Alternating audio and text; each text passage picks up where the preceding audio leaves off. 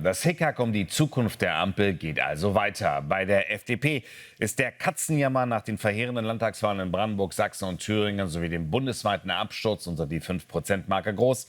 Doch der Vorsitzende Christian Lindner und andere Parteigrößen warnen vor einem vorschnellen Ausstieg. Das wäre politischer Selbstmord. Bei den Grünen ist das Gezeter ebenfalls groß. Doch statt Konzepte gegen den Abwärtstrend zu präsentieren, stellt sich die Ökopartei in die Ecke, schmollt und sieht sich als Opfer. Die SPD diskutiert dagegen weiter über die Zukunft von Kanzler Scholz. Matthias Heinrich versucht die Frage Quo Vadis Ampel zu beantworten. Seit der Wende waren die Liberalen zweimal im Landtag von Brandenburg. Doch so desaströs wie jetzt zur Ampelzeit war man noch nie vom Wähler aussortiert worden. Doch deshalb in Berlin den Stecker ziehen? Die Menschen erwarten konkrete Lösungen, wir erwarten Umsetzung von der Bundesregierung, die im Amt ist. Und genau darauf sollten wir uns konzentrieren. Es wäre politischer Selbstmord, jetzt auszusteigen. Das sieht wohl auch die Mehrheit der liberalen Spitze so. Der FDP-Chef fordert, den Blick über den Koalitionsvertrag hinauszurichten.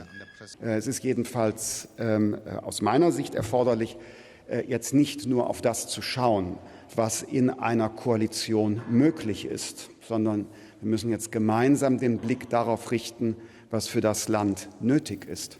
Lindner setzt seine Deadline Winteranfang 21. Dezember für 3 Themenfelder. Eine substanzielle Lösung der Migrationsfrage, ein Wirtschaftsprogramm für den Erfolgskurs mit einem stabilen Haushalt. Wenn nicht, gibt es 2 Szenarien, Ausstieg oder Rauschmiss. Rot-Grün würde man als Minderheitsregierung wohl weiter wursteln lassen.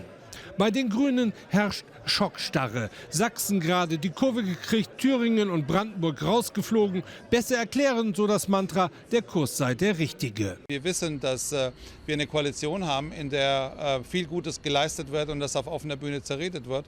Der Kanzler war während des Wahltags in Washington und im Wahlkampf persona non grata. Dietmar Woidke mied Olaf Scholz wie die Pest. Der SPD Brandenburg tat das gut. Doch die nächste Bundestagswahl sei kein Selbstläufer. Der Kanzler müsse kämpfen und jetzt liefern. Offizielle Sprechblase. Ich will das für mich noch mal deutlich sagen. Haben sich alle aus der Führung der Partei klar geäußert zu Olaf Scholz und dass wir mit ihm in den Wahlkampf gehen wollen. Also da gibt es gar kein Wackeln.